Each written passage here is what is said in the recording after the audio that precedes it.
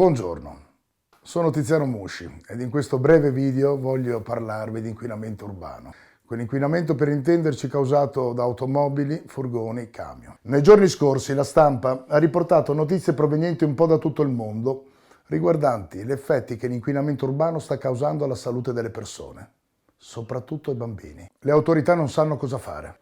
E anche le limitazioni o addirittura i blocchi al traffico, oltre a creare grossi problemi ai possessori dei veicoli ritenuti inquinanti, non sembrano dare gli effetti sperati.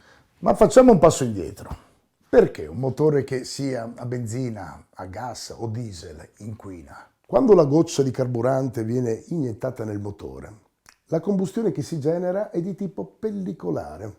Avviene cioè sulla superficie della goccia, ma il nucleo, a causa dei suoi stretti legami atomici, non riesce a bruciare completamente e viene espulso nell'atmosfera parzialmente incombusto ed ossidato, con grave danno per l'ambiente e per la salute delle persone. E se riuscissimo a migliorare la combustione della goccia di carburante e se evitassimo di emettere nell'ambiente ossidi e idrocarburi incombusti e riuscissimo a bruciarli correttamente all'interno dei motori, è quello che siamo riusciti a fare con acqua.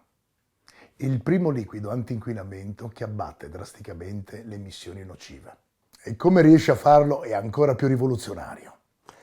Quando acqua viene messa nella vaschetta di espansione del circuito di raffreddamento, il radiatore, si genera attorno al motore un campo energetico a bassissima intensità e ad altissima frequenza, che agisce sulle gocce di carburante allentando i legami inframolecolari e permettendo all'ossigeno di penetrare tra le molecole, ottenendo così la combustione pressoché totale del carburante. C'è poi un secondo aspetto da prendere in considerazione. Se non spreco carburante vuol dire che inquino di meno, ma vuole anche dire che riesco a fare più strada prima del prossimo rifornimento. In altre parole, risparmio. Ovviamente abbiamo importanti certificazioni a supporto del nostro prodotto, ma è sempre meglio provare. Ci troviamo qui a Udine per testare in presa diretta l'efficacia di acqua. Utilizzeremo questa Fiat Panda del 2008 con motore a benzina. Ecco la Panda che esegue la prova fumi prima dell'utilizzo di acqua. Prova fumi eseguita, questo è il referto. Questa è la data di oggi e questi sono i dati sulle emissioni.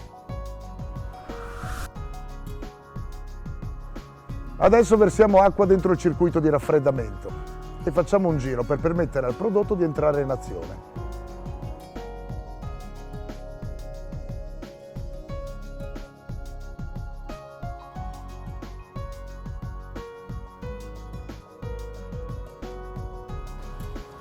Ecco, abbiamo percorso una sessantina di chilometri e adesso facciamo una nuova prova fumi.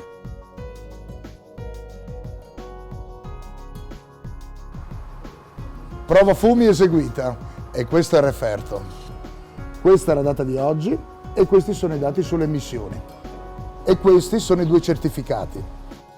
A sinistra senza acqua, a destra quello con acqua.